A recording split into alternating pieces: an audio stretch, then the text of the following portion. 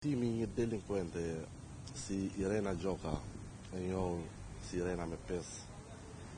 mbiemra në sistemin gjyqësor, është një ngjarje e cila do të rëndiste themelet e një shteti të së drejtës, por sigurisht është një ngjarje e cila po përpiqet të sfumohet në regjimin e Ramaduros. Tani më, fakti që një gjyqtare si Irena Gjoka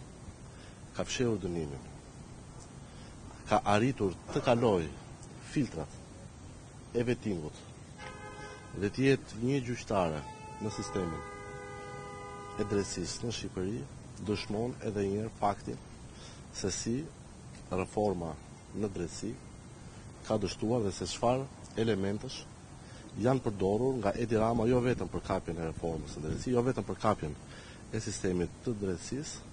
por edhe për të përdorur, për të keq përdorur në mënyrë kriminale dhe mafioze si kamikaz për të goditur drejtuesit kryesor të opozitës. Irena Gjoka është përfshirë në çështjen e zotit Berisha, e zotit Meta, të zotit Mediu, të zotit Beleri, pikërisht për faktin se e kaluara e saj është përdorur si mjet shantazhi nga Edi Rama, thjesht dhe vetëm për të kryer më së miri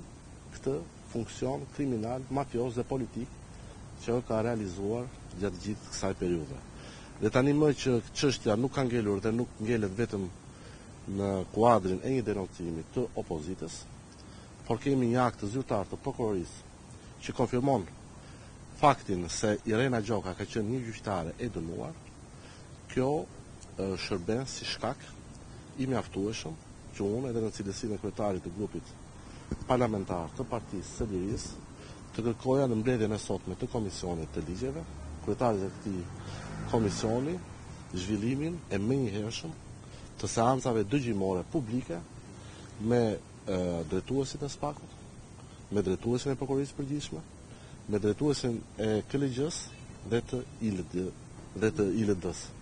sepse është e papranueshme fakti që sot e ashtu quajtur a reformë drejtësi për cilën me të drejtë Edi Rama krenohet si produkt të vet,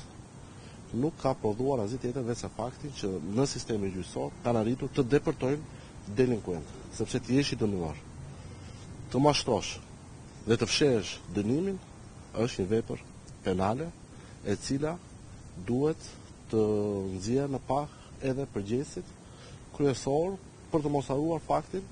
që paralelisht me këtë zhvillim në zyrat e kuvendit të Shqipërisë është depozituar dhe një tjetër nisëm e rilindjes, një tjetër gur shteti ndaj sistemit gjyqësor që nuk synon asgjë tjetër veç se kapjen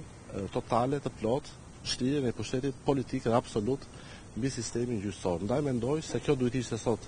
kryefjala e diskutimit në Komisionin e Ligjeve, siç besoj e keni përcjellë dhe e keni ndjekur mbledhjen,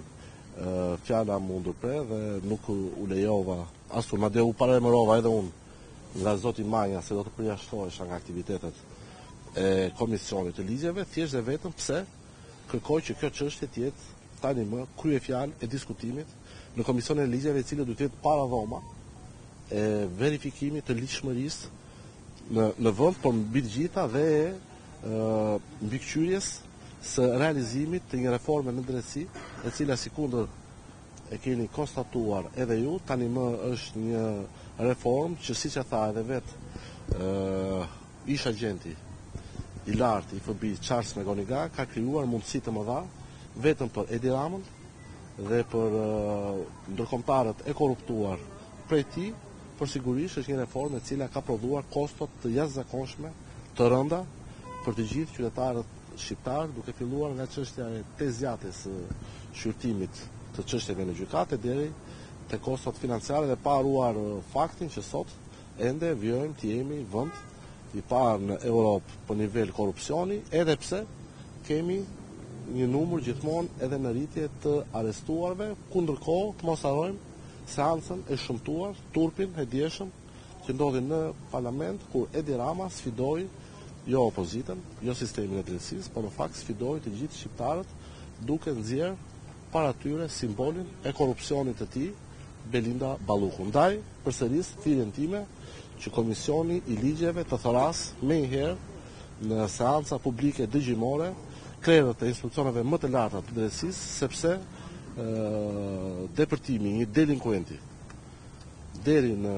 sistemin gjyqësor është një ngjarje e cila nuk mund të kalojë në heshtje. Faleminderit.